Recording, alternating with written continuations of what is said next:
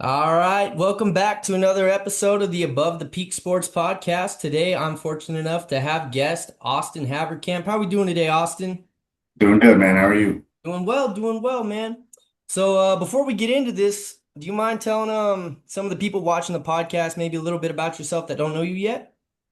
Yeah, definitely. I'm Austin. I'm an MMA fighter. That's summed up about like 95% of everything there is to know about me, to be honest with you. But no, there's not much. I live out here in Colorado, so I'm a big fan of the mountains and martial arts and everything out here. I live with obviously a super active lifestyle, so anything to do with like strength and conditioning or nutrition or fighting or anything, pretty much sums up about everything you need to know about me. Yeah, as a fighter should, right? So, Mhm. I have that you're a bantamweight fighter at 135. You're Sure. 41. And your submission game is crazy, bro. So to get hmm into it, you are a Muay Thai fighter out of Pound for Pound, right? How did you hmm start? Did you start with jiu-jitsu or Muay Thai? What was kind of how you got into MMA in the first place? When I started training MMA, I kind of started training like Muay Thai and Jiu-Jitsu together, kind of at Okay. the same time. Yeah. Yeah, but when I was real young, I did karate for a few years as a kid.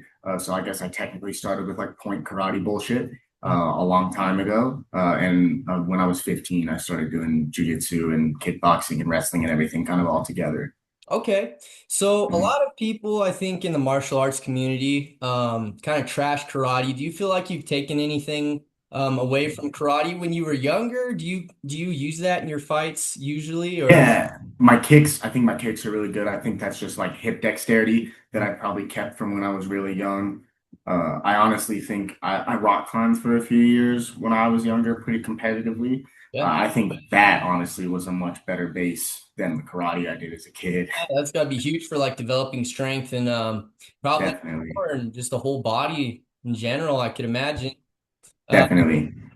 what do you feel how old were you when you started wrestling and jujitsu? 15. 15 years old. So would you Mhm. say you got a little bit of a later start into the grappling? Yeah, compared to some of the kids that have been wrestling their whole life, I definitely started later than them. Obviously, even the kids that have been boxing or kickboxing their whole life, I started later than a lot of those people. But I train with a lot of those people now, and I have felt no issue in bridging that gap. Yeah, So uh, you got definitely some interesting stats with three of your four wins being by submission. Getting to mhm. watch some of your fights, bro. You're definitely an exciting fighter, though. I think a lot Thank of you. people look at some of these guys who are very proficient in jiu-jitsu and expect it just to kind of be a grappling match. Um, Mhm. what do you think kind of led you to jiu-jitsu rather than just staying as predominantly a striker, I guess? I really love MMA, so I just like being able to do everything. I never wanted to be a one-side fighter. I think it's so impressive to be able to take someone down and fully control them and move yourself around them until you can either submit them or ground and pound them to sleep. I think that's like one of the coolest things you can do is to be able to fully 100% control a human being as opposed to like the dynamicy and the excitement of striking. I think both are super cool, but I think Muay Thai can be very exciting for a lot of people, or boxing, or just striking in general. But I think if you take some of those principles of the aggression of striking, and especially like the aggression of wrestling, and you apply that to your jiu-jitsu, I think it makes for a really exciting grappling style. Complete fighter in that sense as well. Do you remember just kind of the first fight you ever took? I know you fought with Sparta Combat. Was there any amateur bouts that you did before Sparta, or was that just kind of how you got your foot in the door there? So I had I had my made my MMA debut through Sparta. I had also had a Muay Thai fight through Sparta like a year prior to that. Um, so I had about 15 Muay Thai fights spread out against a few different promotions. But my MMA fights, I had one for Sparta, one for Colorado Combat Club, and then for APFCs, then the rest of them. But I had a bunch of like out here, we have this Muay Thai promotion called 5280, and obviously Colorado Combat Club. So I had Muay Thai fights for both of those. I've had Muay Thai fights for Sparta. I fought Cali Muay Thai on LA, and then I've done TDAs out in Iowa. So I fought for a few different promotions before that. Yeah. So kind of tell me a little bit more about your time in California. Was the fighting a little bit different from being in Colorado? You know, you're at a different elevation. I could imagine you trained in Colorado a little Yeah, bit before California. Do you feel like that gave you an advantage of any sort? yeah. Every time I fought at sea level, like Iowa is only what I could be totally wrong in saying this, but I think it's like maybe 1,000 or 2,000 feet above sea level. Okay.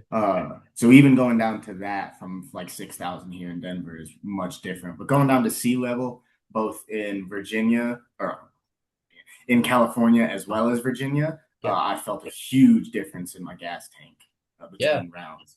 Yeah. And do you feel like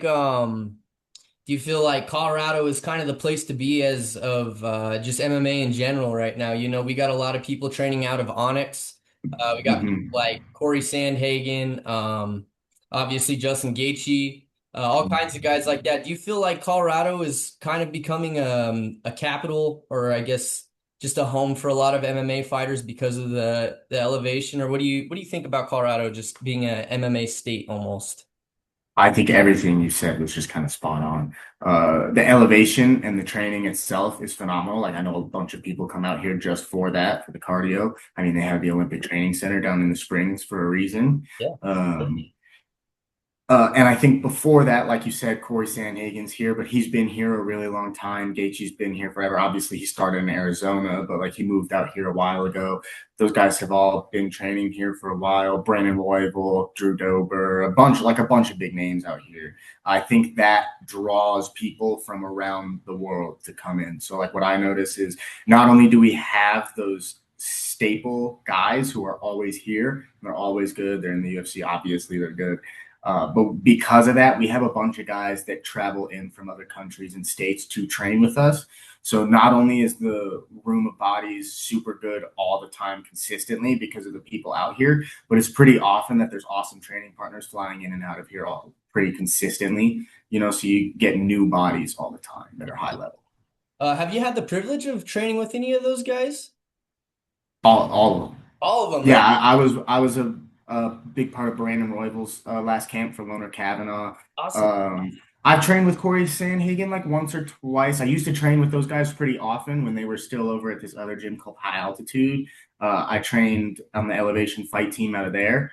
But then once they moved to Tiger Beagle, I haven't had the chance to get over to that gym yet. So hopefully I'll get to go over there soon and start training with those guys. I like all those guys. They've all been super cool with me. I've been cool with them. So bridge that gap again here soon. Now, what an experience to be as young as a 20-year-old fighter and kind of being able to train with UFC guys. And do you feel like you've gotten kind of a step up above a lot of opponents, being able to train with guys like Sandhagen? You know, I've watched some of his clips, or I guess you could say classes that he does online, kind of Mm-hmm. instructing people on footwork and whatnot. Do you feel like Mm-hmm. that has really elevated your game?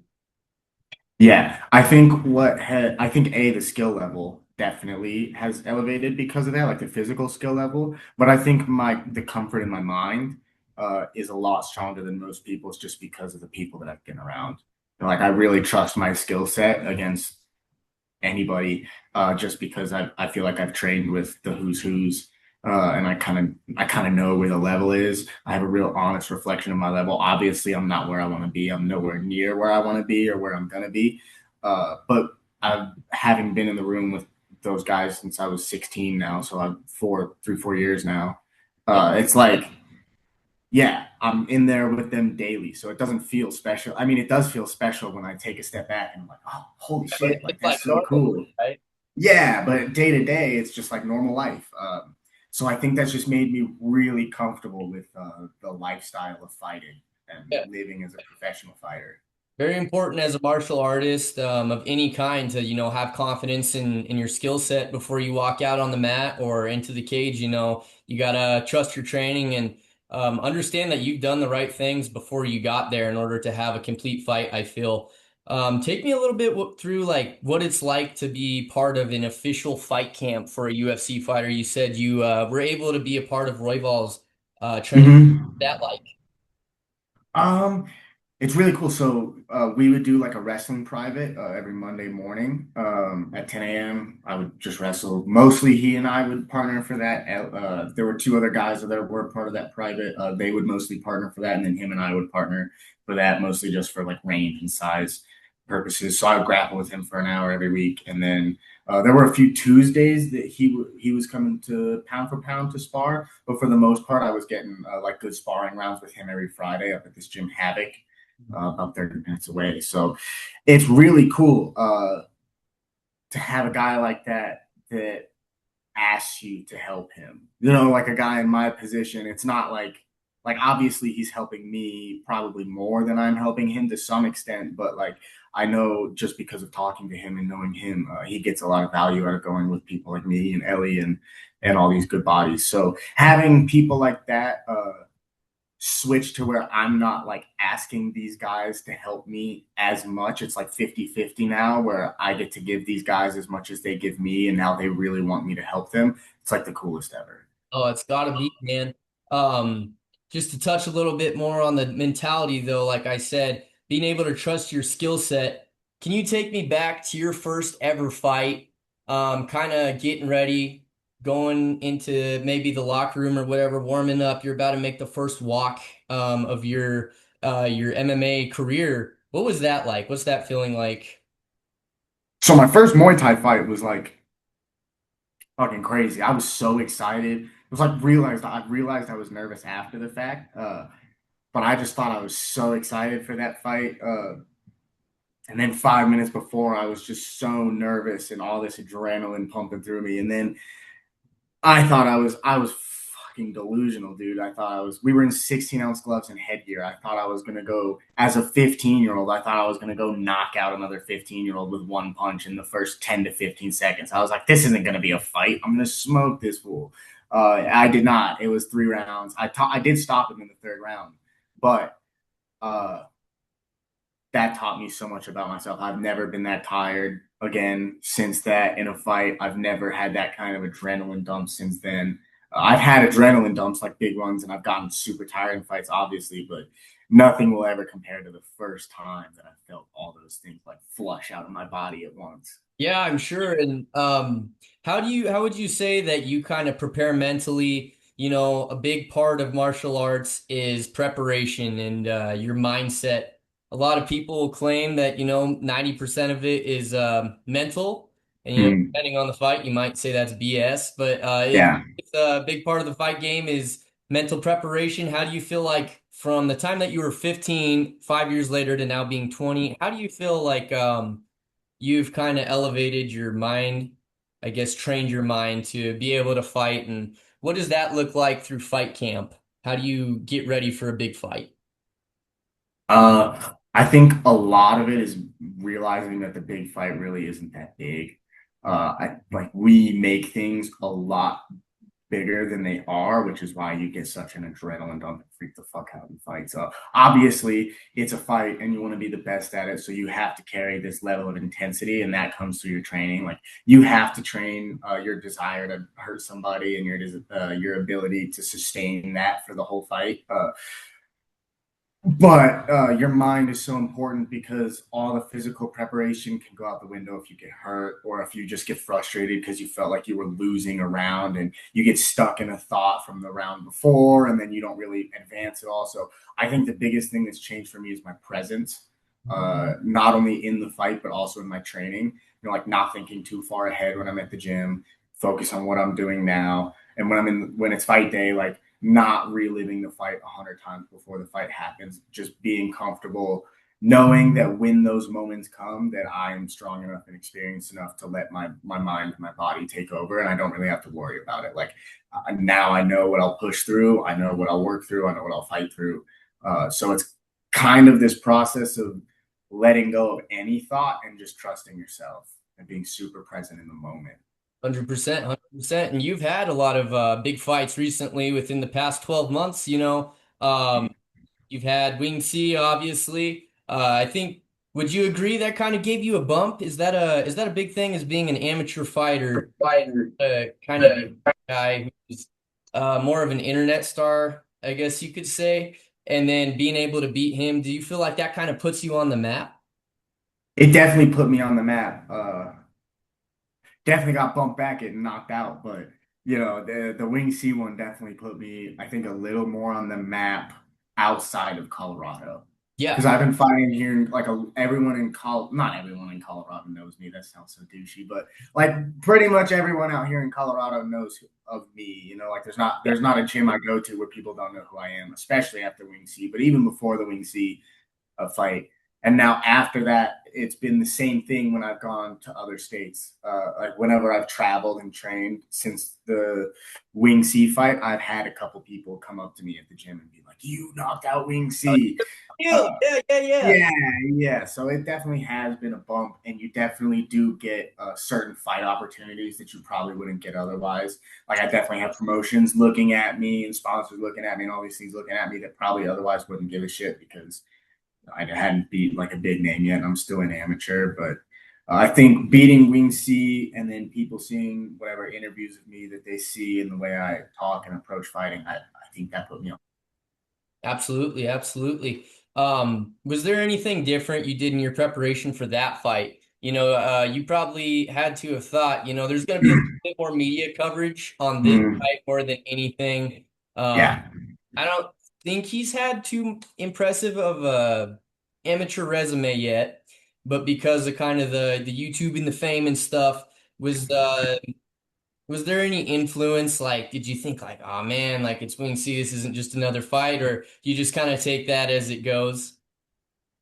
it was more of like you absolutely cannot lose to this guy Yeah, because you're like the worst thing that happens is that guy comes out, hits me with some crazy spinning jump kick, knocks me the fuck out, and then it's clipped everywhere on YouTube for a long yeah, time. forever almost. That's the worst. So that was really the only thing that was different about that is just completely letting go of that and like detaching from the thought of the media coverage and everything. I was like, I had a really fun time that weekend doing all the media coverage because I didn't care Yeah, like none of it affected me that weekend, but it definitely like was something I was thinking about before that in the fight camp for the 5 6 weeks before that fight. I was definitely thinking about how to be cool through the media and how to not let that get me too up or too down. Like don't let it move you in either direction. Again, like I said, just being present and going through the motions, just having fun with it because it was really fun to get to like talk shit back and forth with that guy fucking all imagine, weekend. Of it's so cool. I remember that was actually the first fight that I saw of yours because that's all over YouTube. That was course, yeah, but just being able to see like kind of the interaction with I think it was weigh-ins when he's yeah. sitting there with the milk or whatever and like the cheeseburger, like what's going through your mind? That's got to be so different from your average amateur. Like I feel like a lot of amateur promotions Yeah. fighters, you see a lot more just mutual respect kind of like, Mm-hmm. it's we're not trying to sell a crazy fight yet. We're just here to fight, get the Killing ourselves. great business. Yep, yep. How was that different? Like how did that feel to kind of be a part of all that craziness? Made me really confident. It made me feel like he needed a character in order to fight me. Hmm. Yeah, it made me feel like he had nothing for me physically. Like as soon as that happened, like at the weigh-ins, I knew I was gonna fuck him up before that. Like there was no question of that. But when we were at the weigh-ins and I was standing across from him and he was behaving like that, not really making because you know me when I'm fighting, I want to if we're facing off, I want to look you in the eyes. I want to see what kind of energy you have. I want you to know what kind of energy I have. Like Yeah. we're fighting. I want to feel that. I want you to feel that. I want us to go in with that. And he didn't want any part of that. He didn't want to make eye contact. He didn't want to do the whole thing. And he like forced a second weigh in between us, like a second face off, so he could make clips. So after the official weigh ins, we did a second face off where he was just making his little bit. Uh, Now you and got as soon, huh? so now you have to be pissed at that point, having to do a second weigh-in or were I you didn't have to do a second win. It was just a face off. It oh, wasn't even. It was just you need the clips that bad. yeah. Like you can't fight me without getting these clips. Like, dude, I'll fight you for free without the cage, no matter what. But you Yeah. need these clips just to make it happen. You need this character to make it happen. That was what I had felt in that moment. That's got to be a very, I guess, surreal experience, but at the same time, could be very easy to get thrown off by all the drama For going sure. For on. sure. But aside from all that, you know, he's a very unorthodox fighter, I would say. He likes to Mhm. dance around quite a bit. How do you prepare for somebody in sparring? I don't know really what your fight camp looks like, so I'd like to get into Mhm. that here in a minute too. But how do you Mhm. prepare for somebody as unorthodox as Wincy in this fight? I have people that can like move pretty good and that are pretty athletic and have a good stance and great footwork. Like Colorado MMA has great footwork and great stance switching and everything.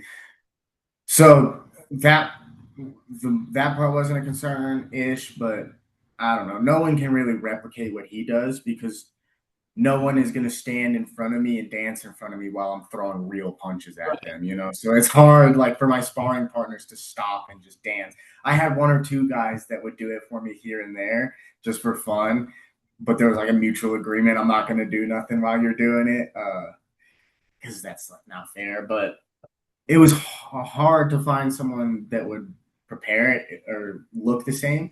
It was just kind of knowing that when we're in there, what he's doing is fake. Mhm. What he's doing is not real. It's not meant to hurt. It's meant to distract you. So just don't let it distract you. Got to stay focused in that situation, I suppose. Mhm. So kind of take me through then, you know, you get the guillotine, you realize that he tapped. What's going through your head like? You finally done it. There's probably some I pressure. should have ditched the choke and ground and pounded him.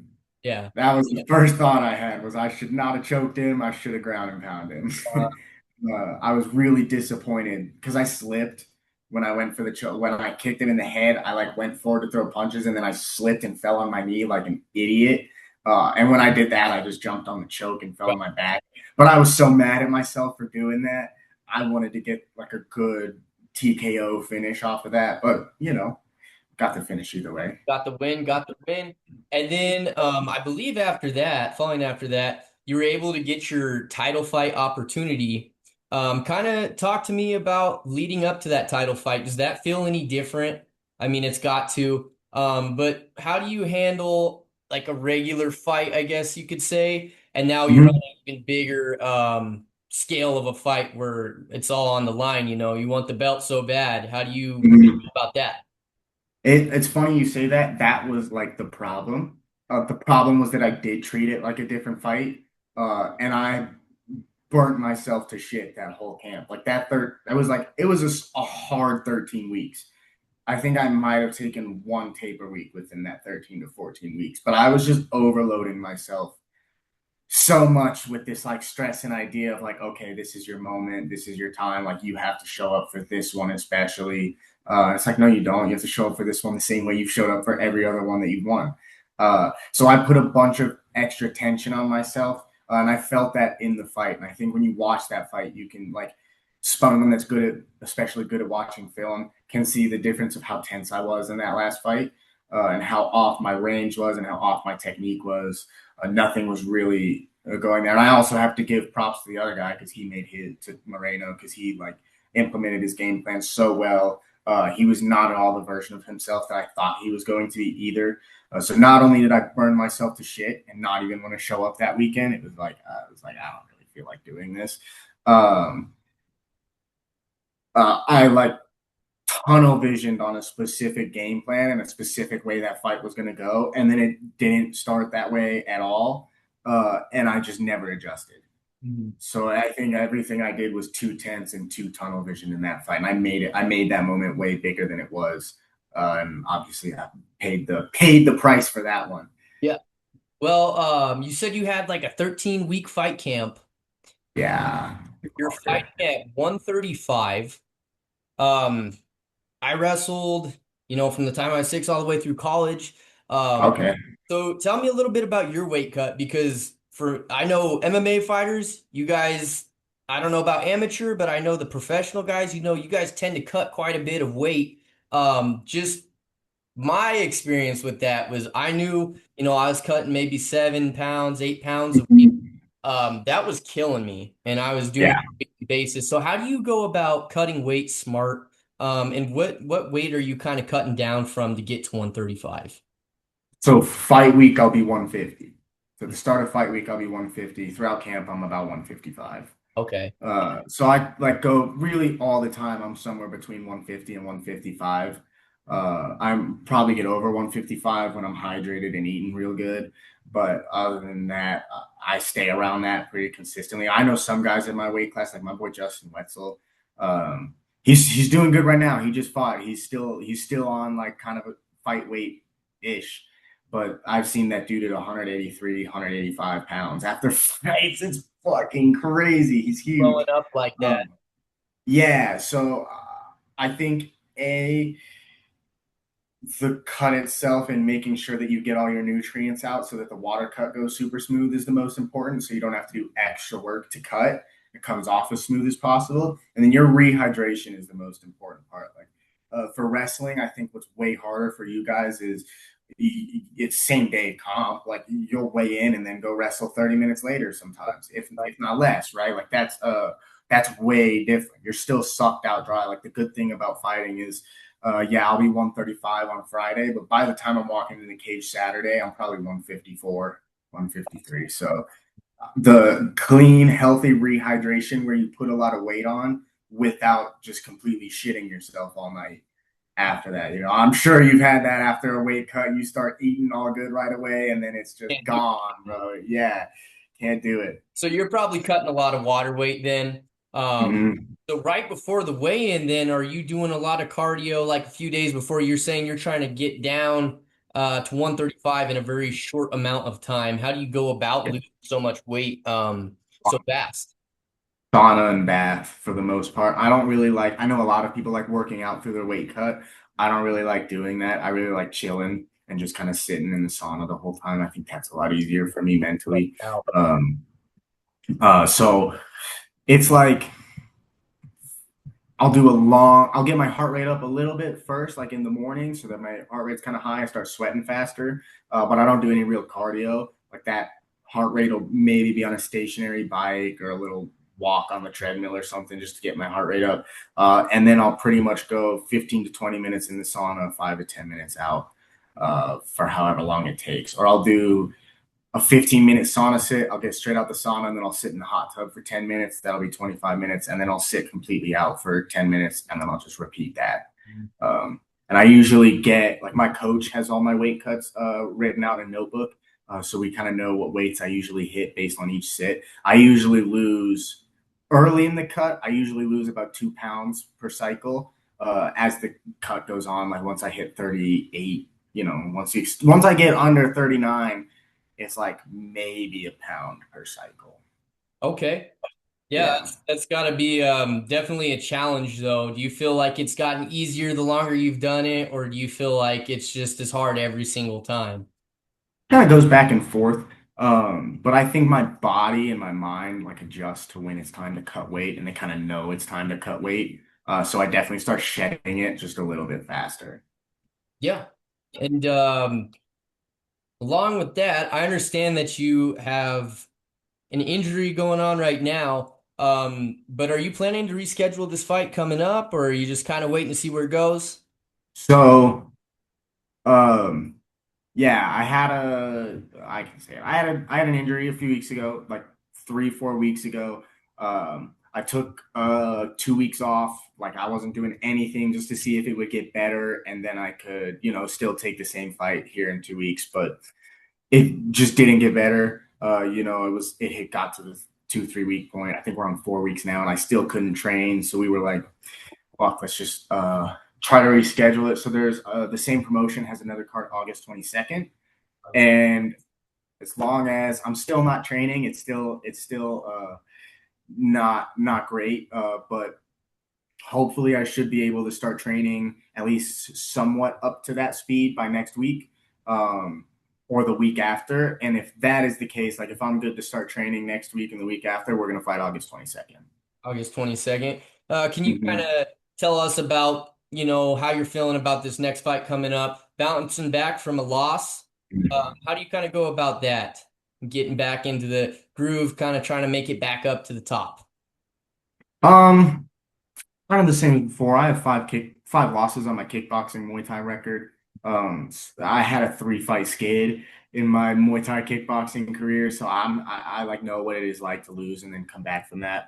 I've never been stopped though in a competition, so this was definitely the first time of dealing with that, and that was tough for sure. To get over that hump of fuck, I got stopped. But it's also easy when I have the community that I have around me and all the love and support from my team. They're the greatest, and everyone in there has been in the same position. If you're a professional fighter for long enough, that shit's gonna catch up to you at some point. Something is gonna happen like that. Uh, so it was kind of just accepting it for what it is, and nothing changed. I got knocked out that night. An hour later, I was talking to my coaches about how we're going to get it back. So there was no discouragement or maybe this isn't for me or anything like that. It honestly really solidified how much I want to do this with my life because I got hurt like that. And immediately after, I just wanted to run it back. I wanted to see that guy on Tuesday. I was hoping that motherfucker would pull up to my gym on Tuesday and I could make it happen there. But, that's not how it goes. But I'm really excited for this fight. I think it's a really because it's another title fight. So this fight out here is now for like the Colorado kind of state title, our biggest promotion out here. Sparta, it's that Sparta promotion. Okay. So we're fighting for the title. He's really good. He's 4-0 out of. Are you familiar with Elijah Smith? In the No, I'm UFC, not. 135er. Okay, he's a UFC or he's a UFC. He's a 135er in the UFC Okay. down in Colorado Springs. This kid trains at his gym, uh, and that's I would assume one of his main training partners for me. So it's a tough fight. He's 4-0 with four first and second round finishes. Um, but he hasn't fought anybody. Not to disrespect him, but I've seen his opponents. I know his opponents. He has not fought anybody anywhere near the level of the people that I've fought. So I think it is a really great fight for me to get to show my experience and for me to get to show the mental side of how I'll win in the small exchanges and the small moments. I don't know. I don't know what too much to say about that fight because it's still up in the air with everything going on over here. Yeah. But I'm super excited for the opportunity to let go of all the bullshit I was holding on to before that fight in March and show people what I can actually do. Yeah, it'll be good to Um, go out and get back for sure. Um, yeah, where do you see yourself in 5 years from now, though? I mean, I UFC know that's kind champ. of a hard question. Everybody hates to hear that. I don't even want to hear it, and I don't even No, yeah. not even a martial artist anymore. I'll be in the UFC in 5 years. I Mhm. can tell you that for sure. Yeah, I'll be in the UFC within 5 years. By the time I'm 20 now. I have 1 or 2 to 3 more amateur fights in me, amateur MMA fights, and then we'll go pro. And I think within 3 years of me going pro, I'll be on Contender Series or in the UFC, either one. Yeah, you feel like you're kind of at an advantage, being so young, you're only 20 years old and already at such a high level of MMA, really climbing through the ranks and stuff. Do you feel like you're at an advantage or disadvantage being 20? Whereas you might run into somebody who's a little bit older, closer to 30. Do you feel like there's much of a difference, or how do you feel about that? Well, I just fought a dude like that, like the guy I just fought. He was 26, 27, something like that, Puerto Rican national wrestling champ. Uh, so there is a difference, there is a difference, but not really. I think most of the difference is up here. I'm pretty athletic, I'm pretty strong, I'm pretty powerful. I'm not really concerned about the physicality of anybody in an age gap. The only thing that is different is the mental side of things and the experience that some of these guys have on me.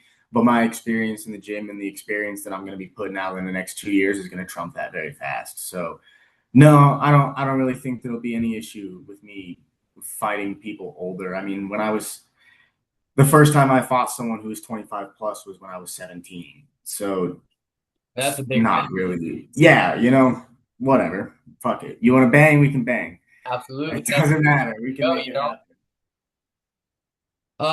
So tell me a little bit about pound for pound, if you want to kind of put your club on the map here, just your experience there and what you like so much about it. Awesome. Well, what I love most about it is the coaches and the people. Justin Houghton, who's the head coach and owner of the gym. Him and his wife Ashley, they own the gym. Obviously, I've been training with him since I was 16 now, and I've been at that gym all day, every day since then. So I love everything about it. All the coaches are so good. J-Ho was top five in Glory as a lightweight, Glory kickboxing. Coach Clem, who was like my first real Muay Thai coach out of there. He's the number one ranked WBC Muay Thai fighter in the country. Savage, super good Thai fighter. Ryan Charlebois, who his career like upsets me so much. He's so good. I've watched him beat up world champions in the gym, and he got, injured and just had like a rough like end to his career. But being around people like that has kept me there the whole time. The facility is beautiful. We got a bunch of mat space. We have a full UFC Apex size cage, all the bags and pads and everything you can imagine. Um, but I think what we are the best at is our Dutch drilling is phenomenal. Like J-Ho's technique and IQ and understanding of technique is so high level compared to so many other coaches that I've interacted with. The thing I would say that's even above that is our fucking work ethic, dude. Most Nobody trains harder and works harder than the guys at Pound for Pound Muay Thai. Fucking bust our ass all the time. It's good. Um, so what other gyms have you been a part of just locally? If you could just name a few that you really have Yeah. thoughts on. So right now I also train pretty full time at a Bird BJJ. So I'm like 50-50 from pound for pound Muay Thai and Bird Jiu Jitsu. Sebastian Berti and Jared McCluskey run that gym. Phenomenal too, especially in terms of jiu-jitsu competition. Sebastian's like such a high level jiu-jitsu competitor. Jared has had a ton of MMA and jiu-jitsu experience. He's also trained the best in the world. Like he's a big part of Neil Magny's corner and has been for a long time. Yeah. um, so I'm a part of that gym. Great. They just opened up, actually. Well, they didn't open up. They just leased their new location. So they got a big 2,400 square foot location of their own now that's going to be opening August 1st. They're offering free training to everybody for the month of July at a temporary location. So that's super cool. Just such great guys. I love being a part of that gym. I spar up at Havoc MMA pretty frequently, a gym up in Westminster. Uh, Again, high level professional fighters, like every single one of them. Carlos Calderon, Carlos Valdez, Mace Sellers, Sam Gaffney, Samuel Enriquez. There's like a bunch of other people that I'm just completely blanking on at the moment. I probably feel bad about that, but whatever, they know. They know. Uh, Obviously, I trained at high altitude for a little bit. I feel like I've been around a bunch of gyms around here in Colorado, but I would say those three, Havoc, Pound for Pound, and Bird BJJ, is where I'm at for the most part. Well, awesome, man. Don't want to keep you too long, but before I let you go, just for some of the younger listeners out there, maybe someone Mhm. around 15 when you started, what's the biggest piece of advice you could give a young fighter that kind of aspires to do exactly what you're doing? Uh, mm, you have to work harder than you think. That's like number one, no matter what it is. Whatever you think is enough, it's not. Like you have to do more. I still, realize that all the time. Like, fuck, I'm not doing enough. I need to do more. Even when I feel like even when not when I feel like, even when I know that I'm doing more than anybody else in the room that day, it's not enough. It needs to be more. If you want to be the best at this and you want to be a professional fighter, be a fucking professional fighter. Don't This is not the sport to get half into. Yeah, This is not something that you want to like do here and there and copy what this person's doing, and hope you make it. Like, if you're gonna do this, this has to be your thing, and you have to give yourself to this. And you have to learn what that means as you're doing it. You can't just write down on paper, I'm going to do this, this, and this, and I'm going to get here. Because you're going to learn when you get to this step that you have to do all of this just to be able to get to the next step that you originally thought you were going to just jump to. marathon. So yeah, marathon for sure. Be willing to take a step back and do the work that's necessary. Don't try to rush it. And the only other thing I would say is don't copy what everyone else is doing. Like, don't get into this idea that you have to burn yourself through the ground either. I think a lot of the work is mental more than physical, like you said. Like, you don't need to do 3 hard sessions a day.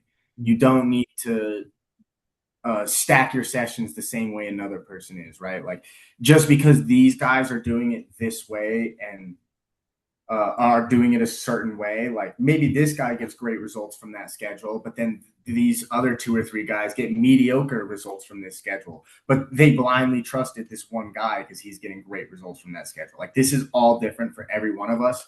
And you have to trust your gut and what's right for you to do. So do more than you think you have to, but also listen to your own voice because you're the captain of the ship. Like you're the one getting in the cage, you're the one fighting.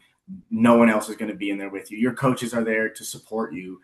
They're not doing it for you. None of your teammates are doing it for you. So whatever is right for you and makes you peaceful going into the fight and you peaceful sleeping at night knowing you're going to fight, instead of feeling like, oh, I don't know about this, but this guy told me to do it, so it's okay. Like I'll do it. Like it's not how you should be doing it. You got to listen to yourself. 100%. Well, I appreciate your time. Most Me importantly, too. thank you so much, Austin. You're actually the first athlete I've gotten to interview on this podcast, so I really do appreciate you kind of getting me a start with athlete interviews and just a lot of gratitude, man. Thank you, and good luck to you in a couple weeks. Hope you get that title, and hope to have you on again someday. So, Yeah, dude, I'd love to. yeah, congratulations on your success and good luck, man. Of Thank you. Thank you so much for having me on. course. Later.